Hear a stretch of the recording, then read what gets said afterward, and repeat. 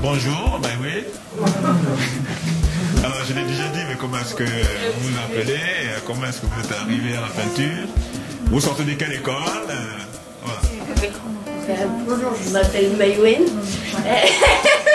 Je suis venue des... J'ai fait un lycée à appliqué, je dis c'est important parce que c'est mes profs qui m'ont beaucoup influencé dans mon travail actuel. Et après j'ai fait les arts décoratifs à Strasbourg. Et après j'ai pu travailler avec Gabriel dans le cadre de notre travail en tant qu'animateur où on racontait des histoires aux enfants en peinture. Je développe.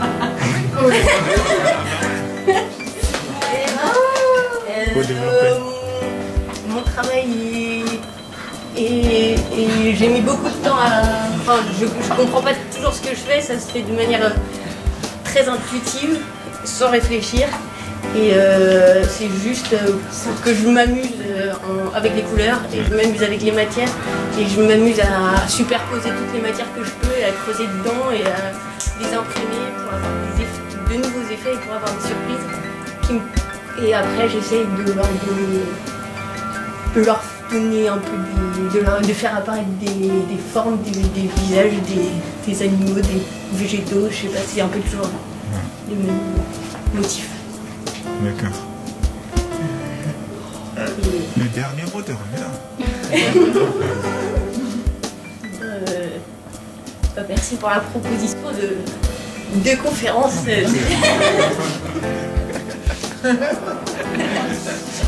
Merci à tout le monde d'être venu là. Merci.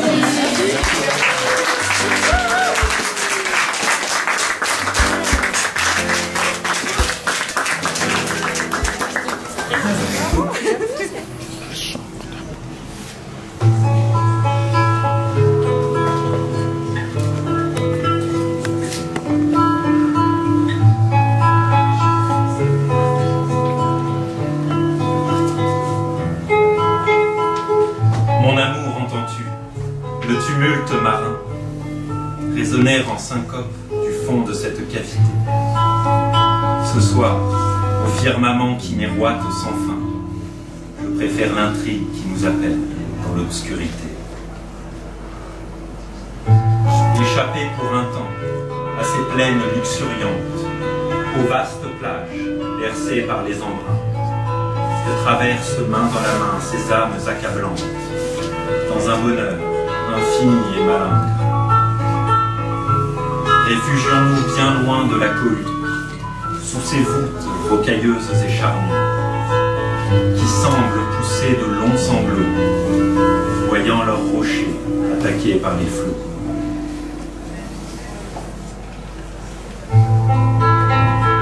Puisqu'ici l'amour nous est proscrit, que leurs vœux pieux ne sont que mensonges, puisque leur monde est plein d'interdits, évadons-nous, mon amour, vers d'autres songes.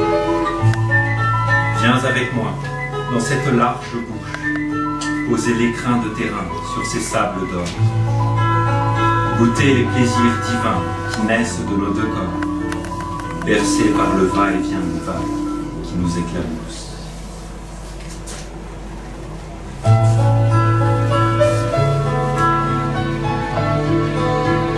L'alcôve de notre chambre d'amour, où s'évapore de pâles lueurs tamisées par la fin de ce jour. Nous nous incarnerons tous deux dans le velours d'une odeur charnelle qui rend le souffle court.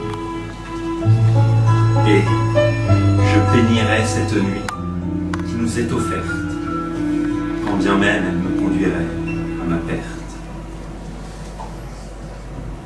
Braveront ainsi l'interdiction des vieux rois, qui tarissent ces chants merveilleux de leur loi.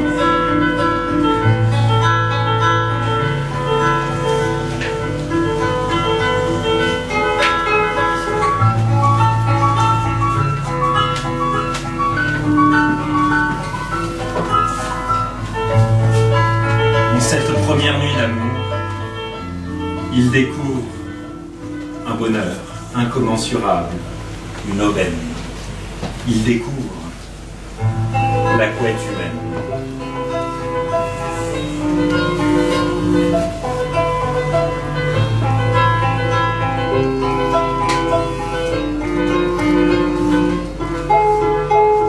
À la douceur du velours qui nous entoure pour faire l'amour, au souffle fin du satin, lorsque l'on ouvre les yeux le matin, au cachemire, à la soie, à la laine, moi, je préfère la couette humaine.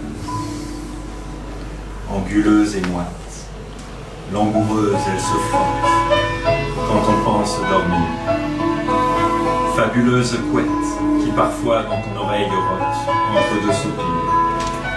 Oh, il y a bien l'alpaga, la fourrure de chinchilla pour se couvrir, mais même au cocon du coton, aux fibres électriques du synthétique, et à l'Éden de la laine, moi, je préfère la couette humaine.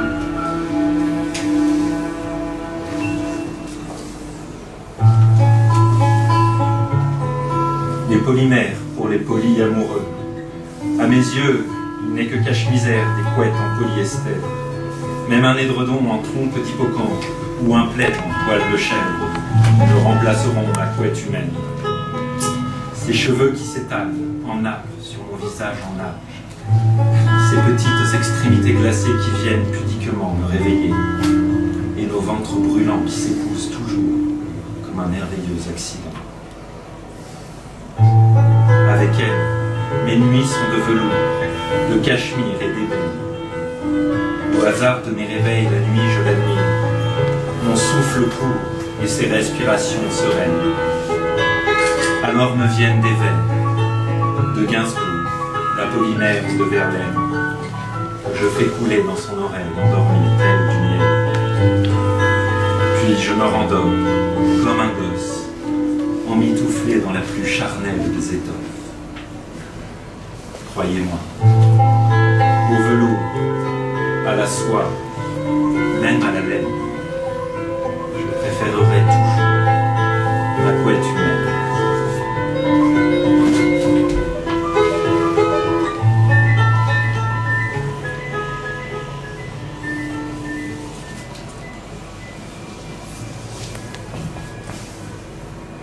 Puis la nuit continue. Ève s'endort. Adam est envahi par de plus obscures pensées. On la regarde. Et en songeant à l'éveil.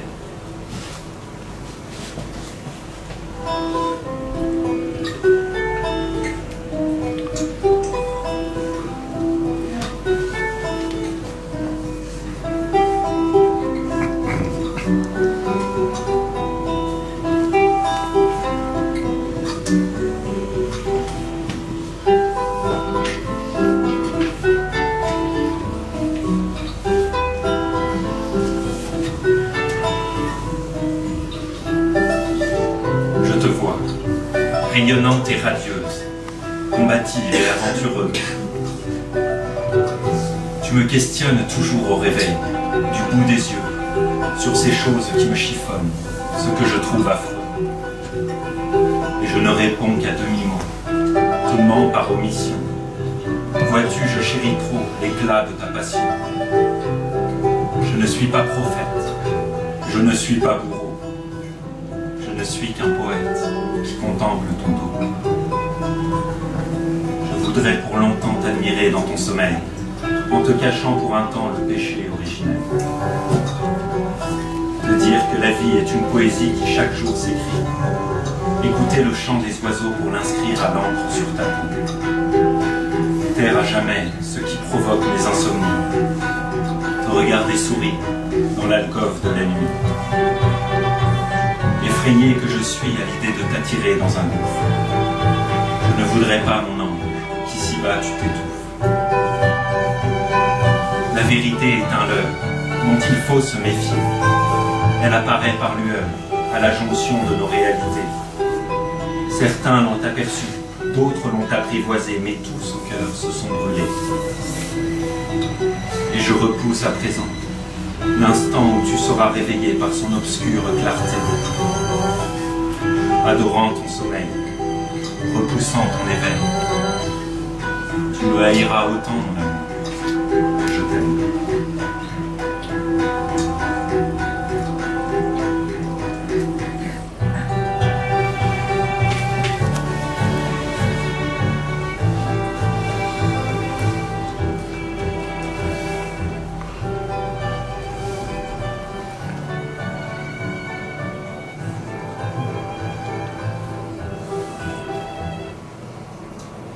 Malgré ces pérégrinations nocturnes, notre Adam finit par s'endormir. Et c'est au petit matin qu'il découvre l'atroce vérité. Ce texte s'appelle « Réveil en chambre ».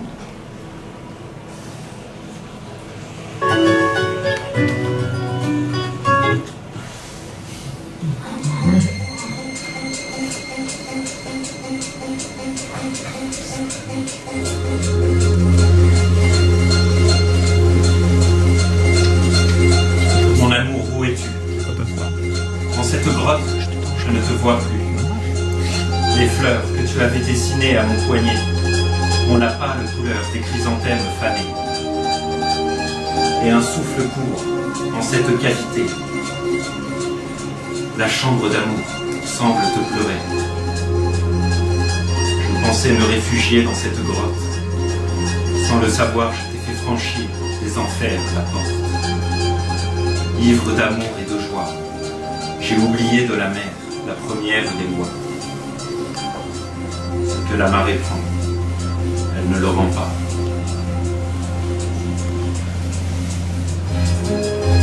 Maintenant, mes mains se serrent encore, mais pas même ton odeur ne s'échappe de ces sables d'or. Maintenant, ma gorge se serre encore, mais pas même un sanglot ne s'échappe de ce qui est déjà mort. Et j'entends au loin claquer les vagues, les devines qui s'ébrouent sur la plage. Elles doivent avoir le charme fou de ton âme, qu'elles ont emporté cette nuit sous leurs lattes.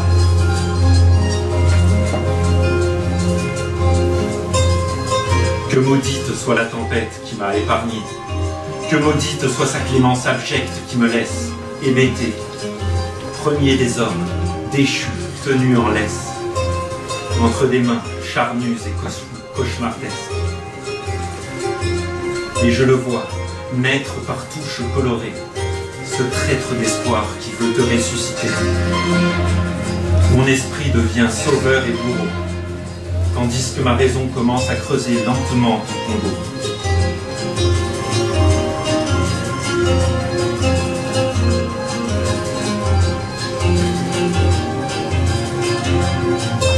Et j'enverrai Poséidon pourrir chez Ptolémée, pour lui faire payer son manque cruel d'hospitalité. Je l'attacherai à ces rochers saillants et hantés, par des vagues aux allures de tourmente, venues le persécuter. Il chérira la mort, consterné comme moi, sans pouvoir ne serait-ce que la toucher du bout des doigts.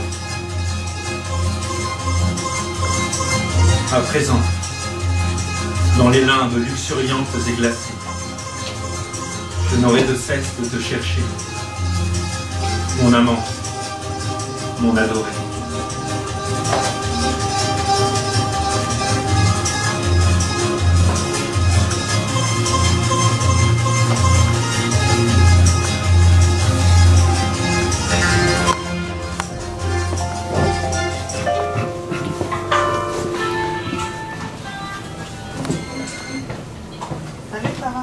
Pour terminer sur une note un tout petit peu plus joyeuse, et peut-être une morale à cette histoire, grâce à la musique de l'ami Timothée qui est quelque part. Voici le dernier texte. La cantine des renards. Bille en tête et belle lettre, Billevesée se raconte, renard en fait.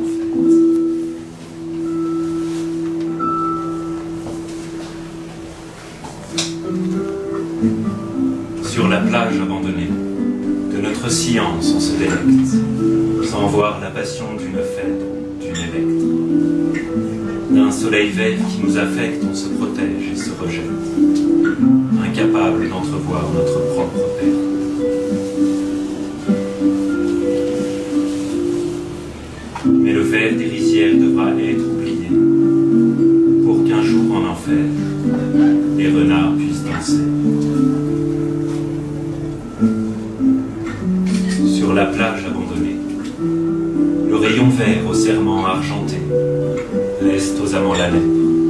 les aies infectées. Ainsi, nulle grande promesse ne sera prononcée, tant que le ciel d'Alceste ne pourra se morfler. Et le ver des rizières devra être oublié, pour qu'un jour en enfer, les renards puissent danser.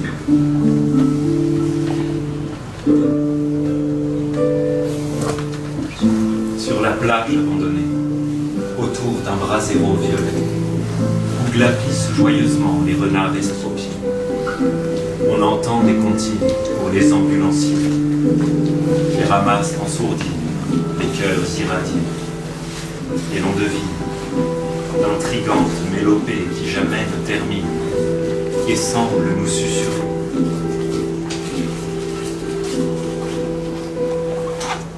Que le ver des rizières devra être oublié, pour qu'un jour en enfer, les renards puissent danser.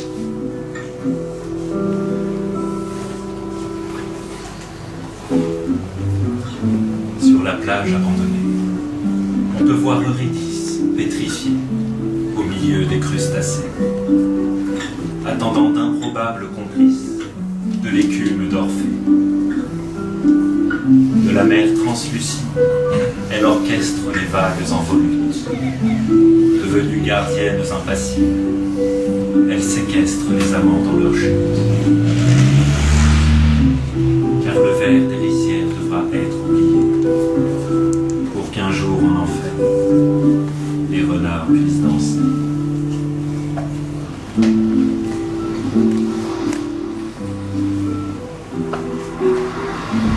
Sur la plage abandonnée, tôt ou tard, toi et moi, nous irons nous échouer. Là-bas, les mains s'enlacent pour ne pas s'écorcher. Alors sur le sable, nimbé de nuages au parfum d'amarante, nous partirons, inlassables d'amour, en quête d'amnésie errante. Car le ver des rizières devra être oublié, pour qu'un jour en enfer, les remords puissent danser, pour qu'un jour en enfer, les amants puissent s'aimer.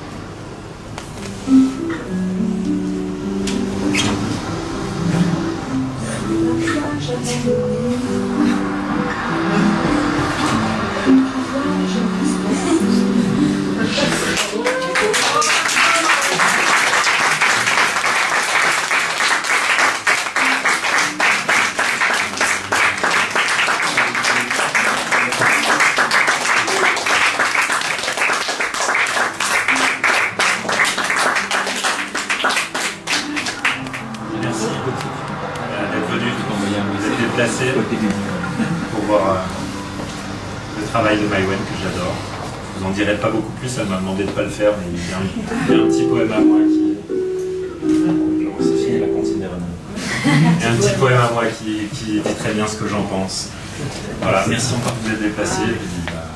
Voilà, il reste plein de choses à manger, plein de choses à voir, plein de choses à voir si vous n'avez pas tout détaillé, gratté derrière les images qui se superposent dans son travail. Merci encore d'être venu.